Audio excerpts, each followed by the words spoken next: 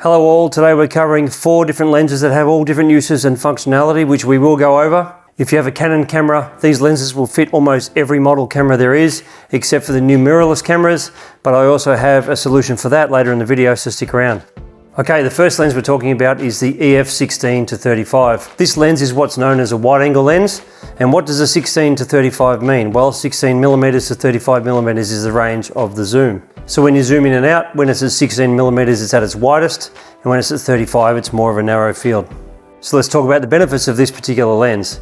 This lens is actually really well made. It's quite heavy. It's got a good weight to it. And because it's an L series, it has actual glass for the lenses, not plastic, and the body is made from really good polymer plastic as well. The autofocus on this is sharp and fast, and because it's not too wide, it has minimal distortion across the whole lens when it's at its full width at 16mm. Now the lowest aperture or f-stop on this lens is f4, and what that means is the lower the number, the more light that gets let into the lens. But what it also does is it narrows your depth of field. So the lower the number, the more bokeh or blurred background you get. It is an ultrasonic lens and it does have image stabilization, but you probably won't need it on this particular lens, as you probably won't go handheld most of the time. It'll mostly be on a tripod. I use it 95% on a tripod, and when I do video, if I'm not using a tripod, I use it on the DJI Ronin S gimbal system. So the image stabilization really isn't needed that much for this particular lens, although it does have it anyway. This lens is perfect for landscapes, architectural photography, and real estate photography. I am a real estate photographer and I use this lens every day. I have 2 of them because I have 2 different camera setups. One's for video, generally running on a gimbal, and the other one's for photography. And also one camera acts as a backup if I drop or damage the camera I use every day. Some people may say it's not wide enough for real estate photography, but 16mm is plenty wide enough, as you can see by these images here. This lens is just a great all-round workhorse. In low light it works pretty well, but it is an f4 lens, so it hasn't got that extra boost you need for low light photography or video. Having said that, you're generally using separate lighting when it comes to filming videos and so on. If you're doing real estate videos, which I do, and I do not have separate lighting, I use natural light for that, I generally pick the middle. So sometimes my shadows are a bit dark and sometimes my highlights are a tad blown out on the windows, but that's how I pick it. I pick the middle when it comes to my video work. But for photography, you're bracketing your images anyway, so you're getting 5 different exposures, or 7 or 3, whichever way your camera works it, starting from light through dark. So you catch all your highlights and you catch all your shadows without introducing noise and bad artifacts into your image. I use this for landscape photography as well, and I do low light photography with it. This shot here, as you can see, was done just after dark, and this other one was done in pitch black darkness, and I was using this very lens. And how I did that, I was doing long exposures. So the f4 does not come into play when you're using long exposures or bracketing. So for an all-round landscape lens or real estate lens or architectural lens, or even just short film video wide angle lens, this is a great lens to have in your kit.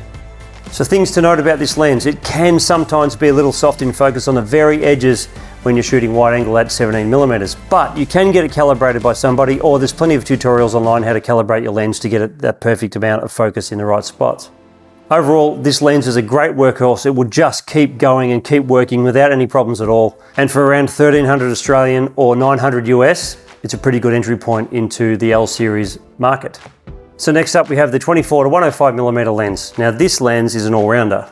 Now this lens is not as wide as the previous lens, but it does zoom nearly 3 times as much as the other one did, so it gives you a bit more versatility that way. It's also extremely well made, and it's actually a bit heavier than the other lens, and it does have image stabilization, and it's an ultrasonic lens as well. And just like the other lens, its autofocus is fast, accurate, and very, very sharp. And distortion in these images are pretty much non-existent. Its aperture is also f4, so you're going to have that little bit of low light issue, but you could also bump up your ISO to a higher amount to actually get the shot you need and then remove the grain or noise that was created in that image later on in post. Image stabilization in this is handy because you will shoot it handheld a lot. It's one of those kind of lenses, you just have it in your hand and away you go. It's very good for landscape and architectural photography and video, but it will not shoot internals unless you're zooming in on specific objects inside a house. It's not wide enough to shoot a whole room in one shot. So for real estate, this is not the lens that I would buy. But this is the kind of lens you have in your bag. Every time you go on holiday, this is the lens you take because you don't want to take 50 lenses with you, and this is the all-rounder that you need. This will do event photography as well, although that low light will be a limitation if you're filming concerts and things like that. Now, out of all the lenses we're talking about today, if I had to pick one, if you said to me you could only have one lens in the L series range in these particular 4, then I would take this lens. just because it has that versatility that you don't get in the other lenses, as I'll explain later. But as I said, its limitation will be in low light, but if you're using a flash, then obviously that problem will pretty much go away because the flash takes up that light problem. But flash doesn't help you if you're 30 feet from a stage. So this is not the lens for long distance shooting of a concert in the dark. But it is good for portrait photography, some landscapes, some event photography as well. It just depends on the event. As I said before, if you're using this in short films, most of the time the set will be lit, so that will take that problem away as well. But the most I use this lens for is in car photography, as you can see by these shots here. I find it really handy to get a good shot of a car without distorting the actual car. When you use a wide angle lens, like the previous lens on car photography, it distorts the car, makes it unrealistic. So for car photography, this is my go-to lens. This lens is great to be an all-round lens for all different types of photography. But if you're going to focus on a certain photography, maybe this lens is not for you. You may have to upscale to a different lens or change out your lenses down the track. For instance, you could use this for sports photography if you could get close enough, but it doesn't zoom enough to actually give you that edge. And you could use this for real estate, but you can't really do the internals. It does work well for portrait photography, but the depth of field you might want to get when you do a portrait, you might switch to a 50mm dedicated lens as opposed to this, which has a 2.8 aperture to give you more depth of field. So this lens's sweet spot will probably be car photography, traveling, product photography, some portraiture. This lens is also $1,300 Australian and $900 US, so you can take a pick between this one and the other lens I talked about, depending on what your needs are in photography. And before we get to the next one, can you please hit the like button down below? It really helps me and the channel, and it keeps me making more videos just like this one. Now let's talk about the L series 70 to 200mm lens. This is my favorite L series lens that I've ever owned, and I love it to bits. You can use this for anything except close-up video and photography, unless you can get far enough back where you can zoom in so it looks like you're close even if you're way over there. Now, like all L series lenses we're talking about today, this is extremely well made. This one especially compared to the other two. The other two are great, but this one is just next level. If you get an L series lens and it's a white lens like this one, it seems to be just that next level in quality, just that little bit above the others. It's pretty heavy, but for some reason when you're shooting with one of these, it makes you feel like a professional. I know it's hard to explain, but once you buy something like this and use it, you'll understand what I'm talking about.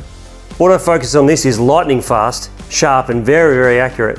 And there is no distortion on this lens whatsoever.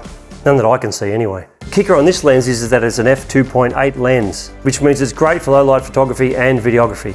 It does have image stabilization, and you'll need it because when you've got this on full zoom, even the slightest shake will actually show up. It's great for landscapes when you want to focus in on something far away, for instance. And it's great for architectural photography and real estate exteriors if you can get back far enough. Where this lens shines is event photography and sports photography. Although if you do use this to get into sports photography, you'll find that if you're shooting stuff in stadiums, for instance, and you can only be on the sidelines, that the zoom won't be enough. You'll have to go to a bigger L series lens or a bigger lens for that kind of thing. But if you're shooting local sports for a website or something like that, then this is perfect. And it's great for portraits too if you can get back far enough. If you're in a small room, this is not going to be the lens for you. But this lens is just kick butt. I do use this for car photography when I want to get a longer shot of a car, sometimes from above. This is a great lens for that. Now, things to note. This thing is goddamned heavy.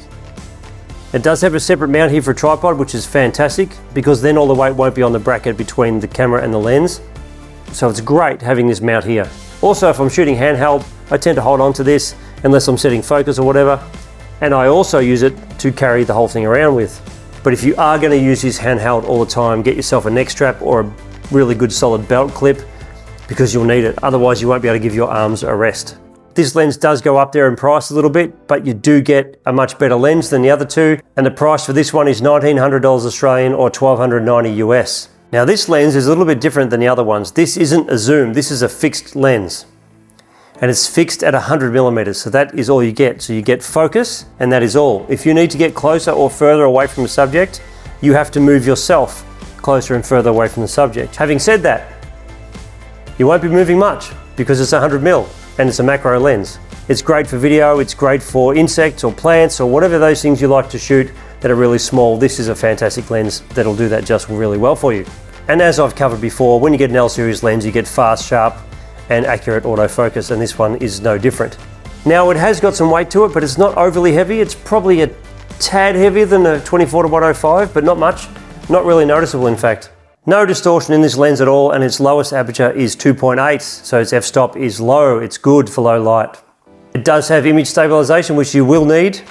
And where this lens works great is extreme close-ups, as you can see from these images here. So if you want to photograph somebody's eye, you want to photograph a snail, you want to photograph a plant or an insect or a bug, this is perfect. And it creates an absolutely amazing bokeh effect. When I first got this, I tested this on a 50-cent piece, like a coin that's about this big if you're in Australia. And I focused on one side of the coin and rolled focus in a line across the whole coin to the other side. It was just that tight. Things to note about this lens: the image stabilization can be a little bit noisy. And I don't mean noise by image noise, I mean actual audio noise. You can actually hear the image stabilization working. And I've noticed over time that that's gotten a little bit louder, but the lens works perfectly 100% of the time. And when I noticed it, we were shooting a short film. Everyone said quiet on set. I was getting a close-up of the actor's eye as I was waking up in the morning, and all you could hear in a quiet, silent room with 20 people in it was the image stabilization grinding away. But you've got separate audio to fix these kind of things anyway. And if you don't need to use image stabilization that particular day, just flick it off on the side of the lens and you don't have to use it. The price for this one, of course, is $13.60 Australian or $920 US.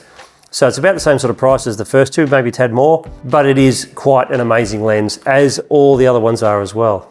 Now let's talk about how we can use all these EF lenses on your new RF mounted mirrorless camera from Canon, the EOS R series. You need to get yourself one of these. This is an EF EOS R mount adapter. And how it works is you click it on the front of your camera just like you do with a normal lens, following the red dots or the red line. And then you click your lens to the other side of it using the same technique. But the bonus is, you can still buy RF lenses and you can just get one of these and put it on your existing lens and click it into place. And that can stay on that lens that whole time, and you know that you can just put that straight on your camera if you need to. And of course the cap still fits the back. So now you have an RF mounted EF lens, and this is interchangeable across all your lenses, of course. Now you can buy one for each lens if you wanted to. It's cheaper than buying new lenses, but I just find I have a couple of these, one for each camera, and I just switch and change as I need to. So you can take your RF lens off your camera, put this one straight on. And then you can leave the adapter on the camera and then put other lenses onto this adapter. All functionality and usability of these lenses comes through this adapter. So if you put the adapter on an RF mounted EOS R type camera, you'll get all the functionality these lenses give you normally.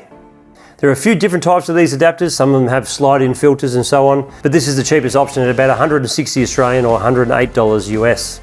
And that's much cheaper than changing all these lenses. Now, all links to everything I've described are in the description below. If you want more information about this particular adapter, there's a video right here, you can check it out. And otherwise, thanks for watching, and I'll see you in the next video.